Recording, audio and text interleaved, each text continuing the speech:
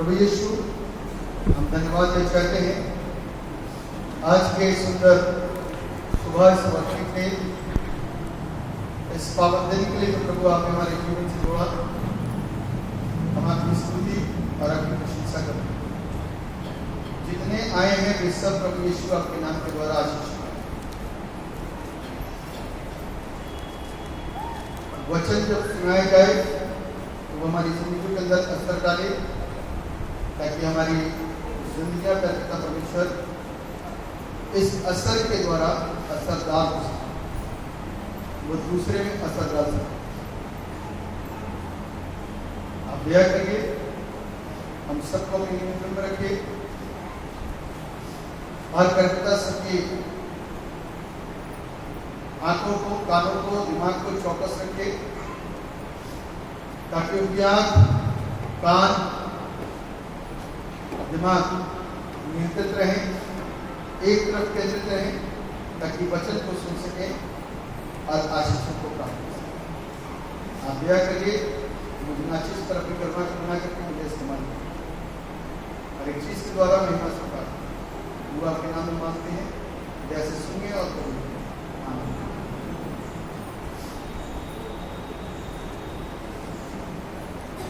प्रभु का धन्यवाद देते हैं और जिस विषय के ऊपर आज हम मनन करेंगे बहुत ही इंपॉर्टेंट है। यदि ये नहीं हुआ, हमारा यहाँ आना, यहाँ बैठना, गाना करना सब कुछ हुआ। सबसे पहले हम हिस्सों की पुनरावृत्ति करूंगा जो आरंभ में पढ़े गए थे उससे। सबसे पहले हिस्सा जो पढ़ा गया था वो था निर्गमन 4:10-17। दूसरा हिस्सा जो पढ़ा गया था वो था मरकुस रचित सुसमाचार 9 अध्याय 14 पद से लेकर के 18 पद तक। तीसरा और अंतिम हिस्सा जो पढ़ा गया था वो था उत्तरवादी पाठ से भजन 124। इनसे संबंधित जो आज का थीम है, जो आज का शीर्षक है, वो है nothing is impossible for faith. विश्वास के लिए कोई भी चीज असंभव नहीं है। विश्वास के लिए कोई भी चीज असंभव नहीं है। इस विषय के ऊपर आज हम सब मनन करेंगे और सीखेंगे। बहुत सारे लोगों ने यहाँ पर अपनी दवाइयों को दिया, डॉक्टर्स ने बच्चों को जवाब दे दिया, वो प्रार्थना करते रहे और अनंतता क्या हुआ कि प्रभु ने उनकी प्रार्थनाओं का जवाब हाँ और आमीन में और बच्चा जीवित। और ये जितनी गवाहियां यहाँ पर दी गई हैं, ये विश्वास के द्वारा, ये सत्य बात है, हकीकत है। यदि बिजली की लाइन गिरे तो कोई उसको बंद नहीं कर सकता, और करंट नीचे उतर जाए तो लाजमी है कि बंदा मर जाएगा। उस समय में सिर्फ एक ही चीज सोची जाती है, तो लाइन चली जाए ताकि हमारी जान बच सके। तो ये सब कौन करता है? क्योंकि वो हमारे विश्वास को देखता है, हमारी ओर उसकी दृष्टि रहती है। आप लोग बहुत ज्यादा आवागमन नहीं कर रहे, बार बार उठ रहे हैं, जा रहे हैं, उठ रहे हैं, जा रहे हैं। एक जगह एक स्थान पर बैठ जाइए, क्योंकि वचन आपके पास नहीं आता ना, इसीलिए आप अपनी जिंदगी के अंदर विफल होते हैं। वचन को ध्यानपूर्वक सुनिए बैठ करके। वचन के नाम से यीशु मसीह को पहचान नहीं पाते। वचन में आपको नींद आनी शुरू रहती है। बाहर जितने लोग फालतू खड़े हुए हैं, कोई भी एक बंदा उठे, मैंने एक बात जो बंदा फालतू खड़ा हुआ है आप उसको अंदर भेजिए, कहने के चर्च आए तो अंदर बैठो, मैं घर जाऊं।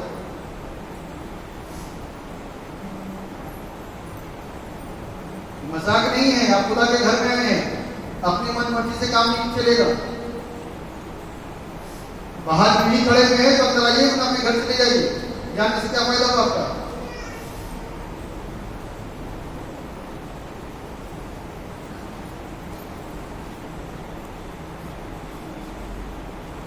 तो लिखा हुआ है कलाम के अंदर, दुष्ट आत्मा ग्रस्त एक बालक था, एक लड़का था, उसके अंदर दुष्ट आत्मा थी और दुष्ट आत्मा उसको बहुत सताती, मुंह में पेट भरता था, तड़पता था, लेकिन ठीक नहीं होता, ठीक नहीं होता था, बीमार का बीमार ही रहता था। और कोई ऐसी दुष्ट आत्मा थी जो पावरफुल थी, कई लोगों के द्वारा दिखाने के बावजूद भी बंदा और बंदी ठीक नहीं हुए।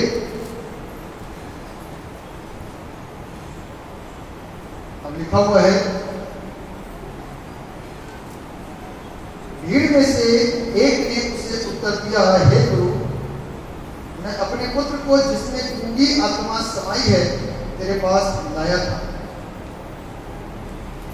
जहां कहीं वो उसे पकड़ती है वहीं पटक देती है और वो मुंह में पेट भरवाता और दांत पीसता और सूखता जाता है।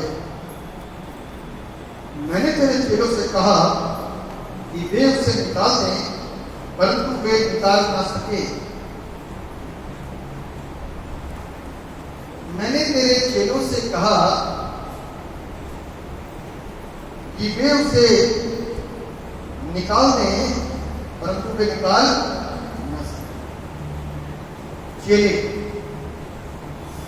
यीशु मसीह के पीछे चलने वाले, यीशु के अनुयायी, यीशु के जीवन से बड़े बड़े मौसमों को देखने वाले, कि अंधों को आंखें मिल गई, लंगड़ों को चलने के लिए पैरों में बल आ गया, गूंगों को बोलने की ताकत प्राप्त हो गई, अंधे देखने लगे, बहरे सुनने लग गए, दुष्ट आत्माएं निकल के भागने लग गई, 4 दिन का लाजर कब्र से कफन उड़े बाहर निकल आया। ये सारी चीजें, ये सारी सच्चाइयां, ये सारी सत्ता इंसान देख रहा है, चेले देख रहे हैं।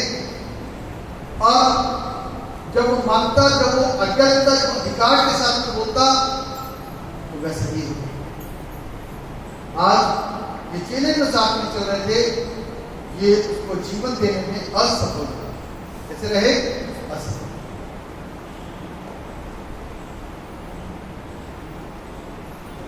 तो मेरा एक सवाल है, चेलों को उन्होंने पकड़ा क्यों?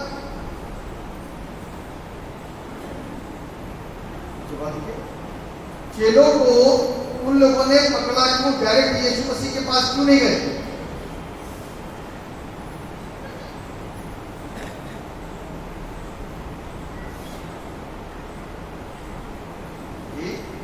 उनको बताएं कि चेलों को क्यों पकड़ा कि जगह कर दे, डायरेक्ट यीशु के पास क्यों नहीं गए?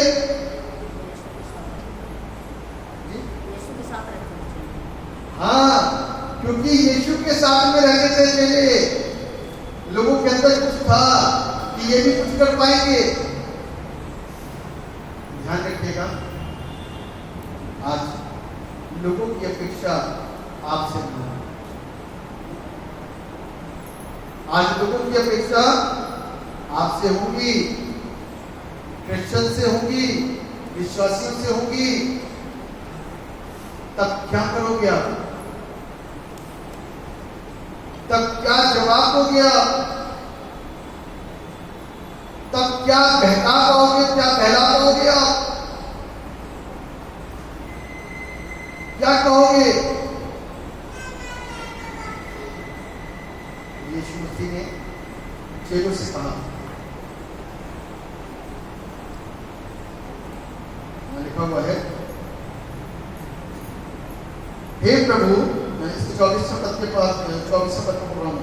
बालक के पिता ने तुरंत गिड़गिड़ा के कहा, हे प्रभु, मैं विश्वास करता हूं कि मेरे अविश्वास का उपाय कर। जब यीशु ने देखा कि लोग दौड़कर भीड़ लगा रहे हैं, तो उसने अशुद्ध आत्मा को कहकर डांटा, हे गूंगी और बहरी आत्मा, मैं तुझे आज्ञा देता हूं, उसमें से निकल आ और उसमें फिर कभी प्रवेश न करना।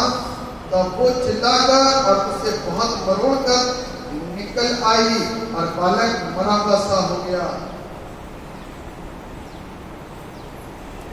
बालक कैसा हो गया? मरा हुआ सा हो गया।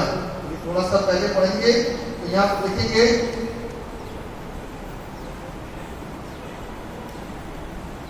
उसने अपने पिता से पूछा, इसकी दशा कब से है? उसने कहा, बचपन से।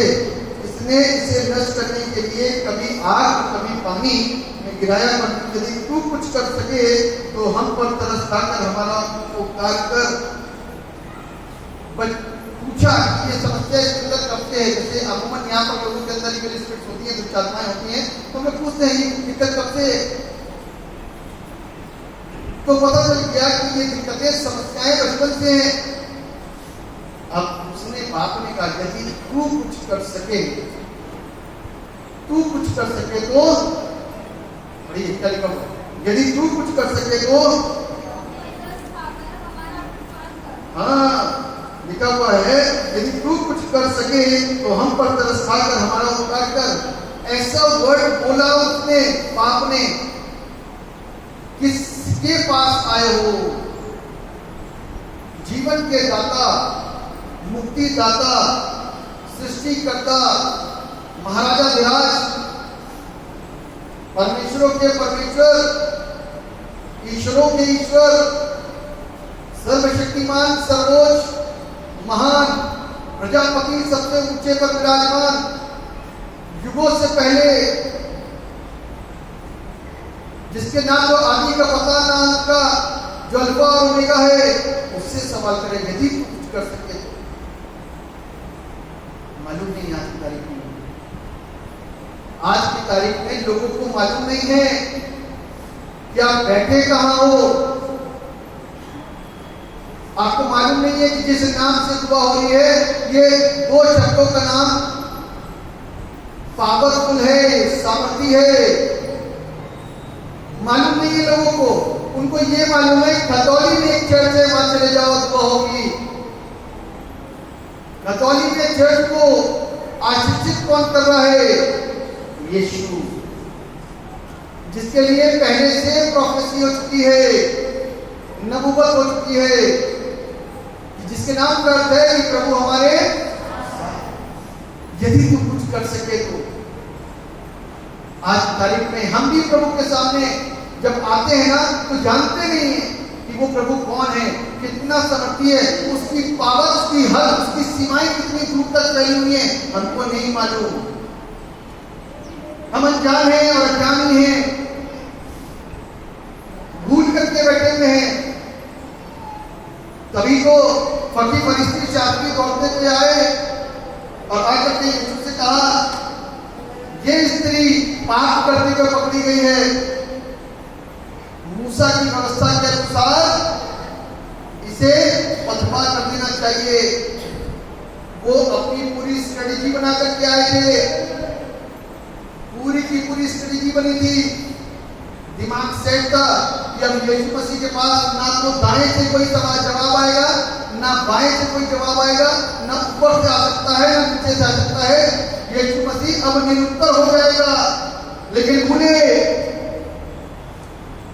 कि जिससे बात कर रहे हैं वो हर चीज का बनाने वाला और रचने वाला है।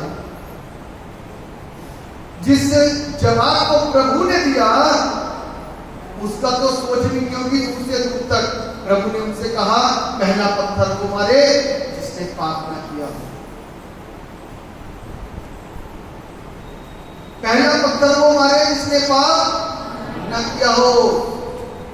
सबकी बोलती बंद, सबके मुंह बंद, सबकी आवाजें खामोश, शोर का आना बंद, पत्थर धीरे धीरे छोड़ दिए होंगे और स्थान छोड़ दिया होगा, क्योंकि यीशु ने लिखना शुरू करा। जो लिख रहा था सबको अपनी तरह महसूस होता कि ये मेरा काम है,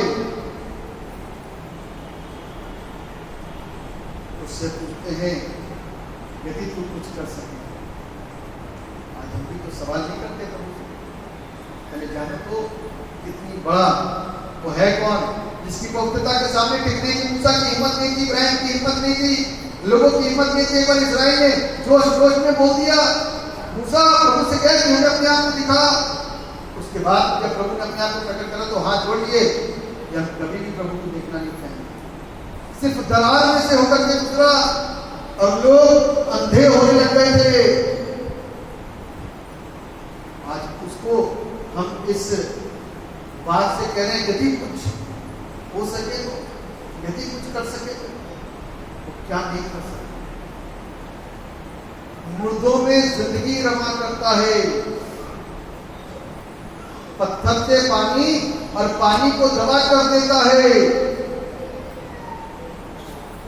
इसकी बात कर रहे हैं, पानी को दो भाग कर देता है। इसमें कुछ जान नहीं होगी सदाबती जगनी के अंदर।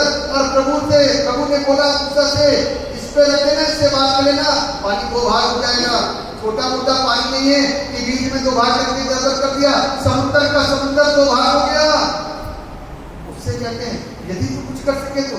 आज जानते ही ना किसके पास में आए हो, इंसान के पास नहीं आए, सिर्फ फादर के पास नहीं आए हो, सिर्फ मुक्तिदाता यीशु के पास में आए हो।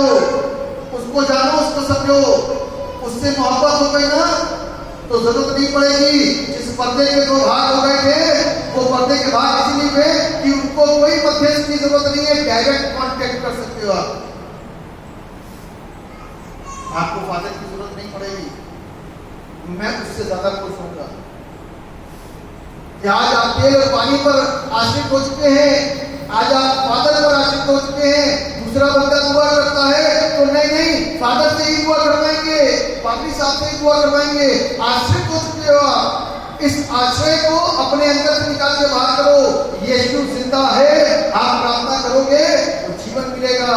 इस बेटे ने सही बोला निकेश ने कि फादर के पीछे कब तक दौड़ेंगे या कब तक उनको फोन करके परेशान करते रहेंगे। फादर की भी प्रभु सुनता है और हमारी भी सुनेगा। हालेलुया। ऐसा फेथ होना चाहिए। तुम नहीं बोलोगे तो पत्थर चिल्ला उठेंगे। कहां है हमारा विश्वास? बगैर विश्वास के कुछ नहीं हो सकता है। और उसने विश्वास करके इस बात को क्लेम कर दिया, कुछ नहीं करा, कई रुपया पैसा इधर उधर कुछ नहीं करा, घर में बैठे बैठे क्लेम कर दिया, सिर्फ बाकी बात में काम हो गया। और उसने अपने पिता के लिए प्रार्थना करी और जो पीर 40 साल से उनके पास में था वो पीर चला गया। Hallelujah. Nothing can impossible for faith. विश्वास से कोई भी चीज असंभव नहीं है। आप मान करके देखो, अपने विश्वास को बढ़ा करके देखो तो प्राप्त करने पाओगे। और ध्यान रखना, जिंदगी भर से मांगना नहीं है, विश्वास पे चलना सीखिए।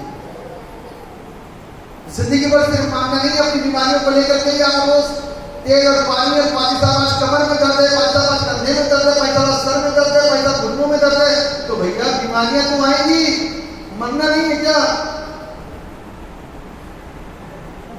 कौन मरना नहीं चाहता? बताइए कौन मरना नहीं चाहता? कोई एक मरना नहीं, सबको मरना है। कितने लोग मरना चाहते हैं? कितने लोग मरना चाहते हैं? सही से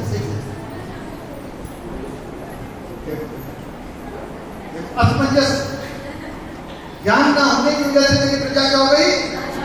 बड़ा कठिन सवाल बोल दिया। दिन में एक बात कोई अच्छी निकल जाए, अच्छी रहती है, सच्ची रहती है ना?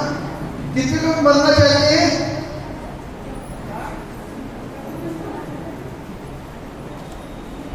जीवन से ऊब है क्या? मेरा आपको सवाल है, जीवन से ऊब गए क्या? बिल्कुल। पौलुस को कहता है, प्रभु मैं मरना चाहता हूं, जीना मसीह और मरना। यहाँ दुनिया में हम लाभ ढूंढते रहते हैं, इधर नौकरी लग जाए, उधर नौकरी लग जाए, वो मिल जाए, ये मिल जाए, यहाँ से सेटिंग बन जाए, वहां से सेटिंग बन जाए, वो काम फ्री हो जाए, वो मुफ्त हो जाए, वहां उससे मुलाकात हो जाए, या ऐसा हो जाए कोई दे दे चलते, यहाँ लाभ ढूंढते रहते हैं। और कौन क्या कहता है? जीना मसीह और मरना। जी तो करता हूँ तेरे पास तो मन चला हूं, जी तो करता है तेरे पास घोड़ा चलाऊं, लेकिन कुछ लोगों के लिए प्रभु तुमने रोक रखा है। मृत्यु से घबराना नहीं, क्योंकि मृत्यु ही एक ऐसा द्वार है जिसके माध्यम से एक विश्वास ही आप और मैं पिता तक पहुंचेंगे। हालेलुया। मैंने एक बीच में चीज जोड़ी है, एक विश्वासी पिता तक पहुंचेगा, अविश्वासी। इसलिए यहां पर विश्वास करते रहोगे तो हो सकता है विश्वासी बन जाओ, वहां पर विश्वास करोगे तो विश्वासी ही बनोगे और कुछ नहीं बन सकते। हालेलुया। उस पर विश्वास करिए, उसके नाम पर विश्वास करिए, उसके कामों पर विश्वास करिए। वो था, है और हमेशा रहेगा। ध्यान रखिएगा, बाइबल इस बात को कहती है कि दुष्टात्मा ग्रस्त बंदे को उसने क्या कह करके चंगा कर दिया, इसके शरीर को छोड़ करके शैतान मंगलाया, परेशान हुआ, मरोड़ा और निकल करके बाहर चला गया। तब यीशु ने कहा, मैं कब तक तुम्हारे साथ रहूंगा। प्रभु यीशु ने क्या कहा, मैं कब तक तुम्हारे साथ रहूंगा। हे अविश्वासियों, हे अविश्वासियों, कब तक तुम्हारे साथ रहूंगा। अपने अंदर खुद विश्वास पैदा करो यीशु मसीह के नाम से। बाइबल इस बात को क्या कहती है, आप और आप, मैं सोचता हूँ कि हम और आप इस बात को विश्वास नहीं कर पाते हैं। सोचो जरा सा, बाइबल इस बात को कहती है कि तुमने आज तक पिता से मेरे नाम से कुछ नहीं मांगा। मेरे नाम मतलब यीशु मसीह के नाम से कुछ नहीं मांगा, इसलिए तुम प्राप्त नहीं करते। आप सब जब भी प्रार्थना करो, स्वर्ग के पिता के नाम से, स्वर्ग के पिता से प्रार्थना शुरू करिए। परमेश्वर पिता, आप हम पर और हमारे बच्चे पर, हमारे खानदान पर, हमारे परिवार पर, हर एक चीज पर अपनी जो भी उलझने हैं, बोझ है, उसको सब कुछ पिता के सामने रखो और कह दो कि इस प्रार्थना को हम यीशु मसीह के नाम से मांगते हैं, पूरी होगी। आमीन। वो प्रार्थना आपकी सुनी जाएगी और पूरी होगी। और यदि किसी बीच में फंस गए हो ना और दुष्ट आत्मा आ गई है, प्रार्थना करने में डरना नहीं। यदि डर लगे तो प्रार्थना करना नहीं ना। यदि डर ना लगे तो बेधड़क प्रार्थना कर देना, और यदि डर लगे तो खामोश हो जाना, मन मन में प्रार्थना करते रहना। और एक काम कर सकते हो, तब आपको मालूम है जीवन कहाँ मिलता है, तब लेकर के आ सकते हो चर्च। हालेलुया। यीशु को प्रेम करना नहीं आता, यीशु से मांगना नहीं आता, तब आप रास्ता तो दिखा दो एटलीस्ट, उनको रास्ता तो दिखा दो कि कहाँ है, तब वो सच्चाई को सुन पाएंगे। इसलिए मेरा आपसे एक अनुरोध है कि आप मनुष्यों पर से विश्वास हटा करके, आपने उधर पत्थरों से विश्वास हटाया, मूर्तियों से विश्वास हटाया, और यदि आप इंसान के ऊपर और तेल पानी के ऊपर रखोगे तो आपने अपने अंदर बदलाव क्या लाया? कोई बदलाव आया? बदलाव लाने के लिए हमको और आपको एकमात्र सच्चे प्रभु यीशु मसीह पर ही विश्वास करने की जरूरत और आवश्यकता है। बगैर उस पर विश्वास करे कुछ भी नहीं हो सकता। ध्यान रखिएगा, इस जीवन को जीते हुए हमारे और आपके युद्ध शुरू हो चुके हैं। इससे अंधकार की शक्तियों से, इससे युद्ध शुरू हो चुके हैं अंधकार की शक्तियों से। आगे एक बात बताती है कि ये जो प्रभु के चेले थे कि अधिकार की शक्ति से लड़ ना पाए, आखिरी में प्रभु से चुपचाप से बैठे। जब ग्रुप बैठे ना, ग्रुप बैठता है तो आपस में बात, ये ग्रुप बैठा है यीशु मसीह के साथ में और पूछा, प्रभु जी हम निकाल क्यों नहीं? एक सवाल करा, प्रभु जी हम दुष्ट आत्मा निकाल क्यों नहीं पाए? यीशु ने कहा, ये दुष्ट आत्माएं बगैर प्रार्थना और निकलती, यानी कि हमारा जीवन प्रार्थना से भरा हुआ होना चाहिए और हर समय यीशु को अपने अंदर लेकर के आगे बढ़ते रहना चाहिए। यीशु जीवन में नहीं है, एक पल के अंदर कुछ हो गए, दूसरे पल के अंदर कुछ हो गए, तीसरे पल के अंदर कुछ हो गए। यदि पल पल के अंदर फर्क होते जाएंगे तो यीशु कहाँ काम करने वाला है ना? काम नहीं होगा। इसलिए अपने अंदर उस विश्वास को जागृत कर दीजिए ताकि आपके जीवन को और हमारे जीवन को प्रभु के द्वारा आशीष मिले और हमारे जीवन के द्वारा दूसरे लोगों को आशीष मिले। अंतिम कुछ बातें कहूंगा और फिर समाप्त करूंगा। लिखा हुआ है इफिसियों 6 और उसके 11वें पद को मैं पढ़ रहा हूं। परमेश्वर के सारे हथियार बना दो कि तुम शैतान की युक्तियों के सामने खड़े रह सको, क्योंकि हमारा यह मनोबुद्धि लहू और मांस से नहीं परंतु प्रधानों से और अधिकारियों से और इस संसार के अंधकार के हाकिमों से और उस दुष्टता की आत्मिक सेनाओं से है जो आकाश में है। यानी कि हमारा युद्ध किससे है? अंधकार की शक्तियों से। अब अंधकार की शक्तियां जो हमको और आपको दिखाई नहीं देती, अब हवा में तो मार नहीं सकते उनके, तो उसके लिए क्या करना है? उसके लिए वैसा ही हथियार लेना है। कैसा हथियार? विश्वास का ना। और विश्वास किसके ऊपर? यीशु के ऊपर, त्रिएक परमेश्वर के ऊपर विश्वास करना है। और विश्वास से कहना है कि मुझे मालूम है कि शैतान दुनिया से भाग गया। शैतान को पता चल जाएगा कि मेरे को डांट, शैतान को पता चल जाएगा कि मुझको डांट पड़ गई है, क्योंकि आपके अंदर विश्वास है और शैतान ये विश्वास है। यदि आज हम अपने अंदर विश्वास को नहीं रखेंगे मेरे प्रियो, तो हमारे और आपके लिए मुसीबत हो जाएगी। कि बाइबल कहती है विश्वास की घटी के कारण समस्याएं जीवन के अंदर आती हैं। विश्वास की घटी के कारण हमारे जीवन के अंदर बीमारियां आती हैं, हमारे जीवन के ऊपर श्राप आते हैं, हमारे जीवन के अंदर समस्याएं आती हैं। ये विश्वास की कमी होती है। हम और आपकी लाइफ को मस्ती के साथ जी होते ना, लेवरिस्टिक जी होते जब हमारे पास सब कुछ होता है। यदि आज आपको सबको 1-1 करोड़ रुपए बांट दिए जाए, 1-1 करोड़ रुपए सबको, सोचो ना थोड़ा सा। हाँ, वेरी गुड। 1-1 करोड़ रुपए यदि आपको बांट दिए जाए तो आपका लाइफ स्टाइल चेंज हो जाएगा, लेकिन अयूब का लाइफ स्टाइल चेंज नहीं हुआ। मालूम है? अयूब का लाइफ स्टाइल चेंज नहीं हुआ। अयूब के पास में सब कुछ था, लखपति, करोड़पति, सब कुछ था, सारी चीजें थी, वो सब कुछ जगह का धनाढ्य इंसान था, लेकिन प्रभु को नहीं भूला। और पैसा आते ही हम प्रभु को भूल जाते हैं। ध्यान रखना, संतान पैदा होते ही, लड़का पैदा होते ही हम प्रभु को भूल जाते हैं, नौकरी लगते ही हम प्रभु को भूल जाते हैं, है ना। पहले तो चर्च आ भी जाते थे, अब भूल गए कि सब कुछ क्या हो गया। मेरे प्रियो, यदि प्रभु को हल्के में लोगे ना, तो प्रभु सिर्फ अपनी दृष्टि हटाएगा, आपके तरफ सब कुछ नहीं करेगा, आपको बुरा नहीं करता। परमेश्वर कभी किसी का बुरा करता है? करता है? क्या करता है वो? अपनी दृष्टि हटाता है। आपने उसको पुकारना छोड़ दिया, उसने आपको देखना छोड़ दिया। बस सिंपल सी बात, आपने उससे बात करनी छोड़ दी, उसने अपनी निगाहें हटा दी। जब उसकी निगाहें हटी तो आप कहां गए? शैतान के नियंत्रण।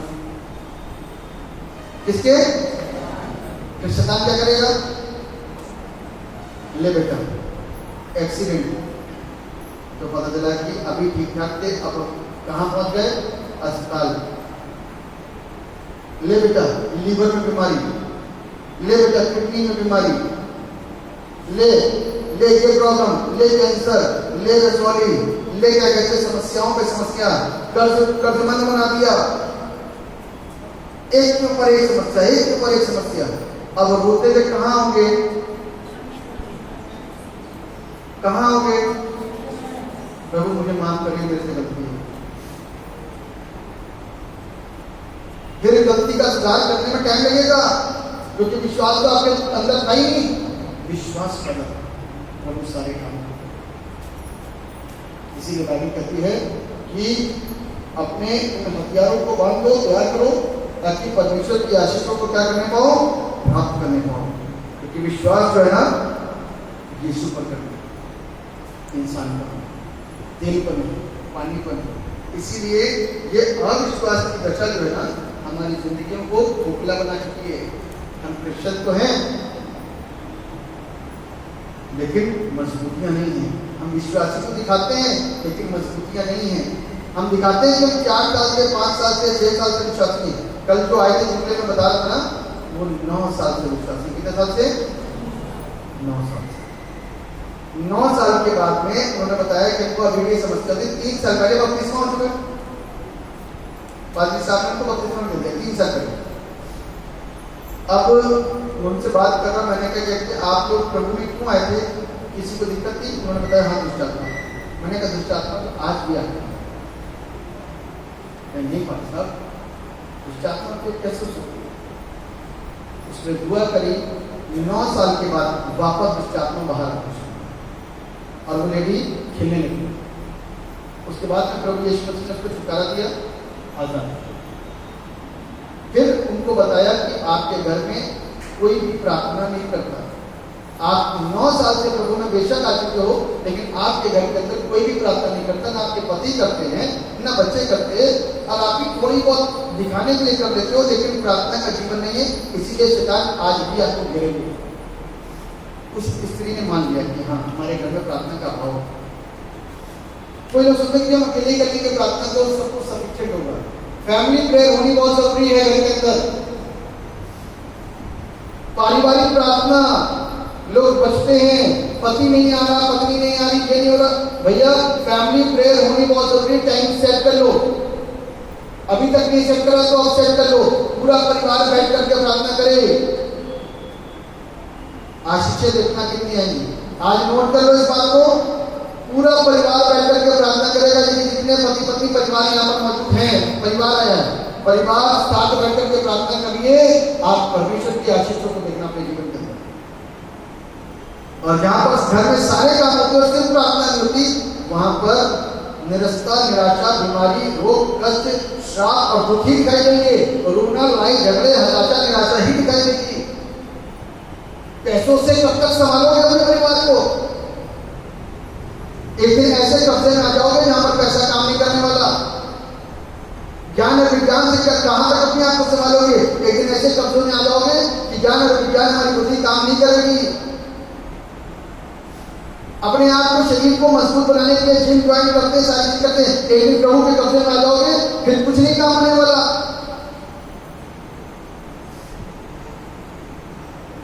उसके पास आगे से ही जीवन है।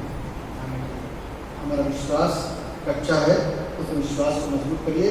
जो विश्वास को मजबूत करेगा वही आशीषित हो सकता है, उसके अलावा जीवन के अंदर सुख नहीं आएगा। प्रियो, अपने अंदर उस विश्वास को बढ़ाइए। अभी तो आप पत्थरों से ही बाहर आए हो, मान्यताओं से बाहर आए हो, सूरज चांद की पूजा से बाहर आए हो, जानवरों की पूजा से बाहर आए हो, लोहे की पूजा से बाहर आए हो, गोबर की पूजा से बाहर आए हो, पत्थरों को पूजने से बाहर आए हो। अब यीशु के पास उसको स्वीकारो, उसको पुकारो, उससे बात करनी शुरू करो। बात करो उससे, वो आपका परमेश्वर है, वो आपका बाप है। हम लोग प्रार्थना करते हैं यीशु पापा, फिर वो पापा कहां चला जाता है जब मांगने की जरूरत पड़ती है? क्योंकि आपने उसको पापा माना ही नहीं, सिर्फ मात्र शब्द पापा। हम कहता है कि वो हमारा अब्बा और हमारा पिता है। मान के तो देखो, दिन भर घूमते रहेंगे, बहुत कुछ करेंगे, लेकिन एक बार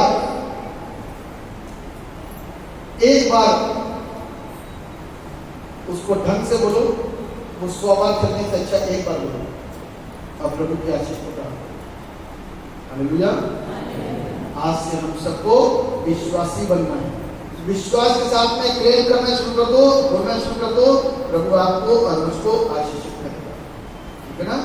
और यदि प्रभु की आशीष चाहिए है तो अपने आज से लाइफ स्टाइल को बदल दीजिए, आशीष करना दीजिए, विश्वासी बनिए, तो परमेश्वर आपको और आपके खानदान को आपके विश्वास और प्रार्थना के द्वारा बदल देगा। आइए सब अपनी आंखों को बंद करें। प्रभु यीशु, हम आपको धन्यवाद देते हैं आपके तमाम आशीषों के लिए जो आपने हमें दी। आपका धन्यवाद, अब तक हमारा सुरक्षित रखा, इसलिए आपका धन्यवाद। सबके साथ लिए सबको बरकत दीजिए, सबके सब प्रभु आप पर विश्वास करें, सत्य पर विश्वास करें, कहीं दौड़ने की जरूरत नहीं है, कई चीजों को मानने की जरूरत नहीं है, सिर्फ एकमात्र परमेश्वर, उसकी मदद करें। और कहीं दौड़ने, भागने की, खर्च करने की कोई जरूरत नहीं है, सिर्फ उससे बात करने की जरूरत है। वो स्थितियों को, परिस्थितियों को बदलना शुरू करें। प्रभु आप सबके साथ होना, सबके विश्वास को आज जागृत करना, सबको बड़ा करना, उनके विश्वास को ऊंचा करना, ताकि प्रभु ये दूसरों को जगा सकें और आश्रित हो सकें। सिर्फ आप दया करेंगे, उनकी जिंदगियां आज से बदलने वाली। यीशु मसीह के नाम से बोलना।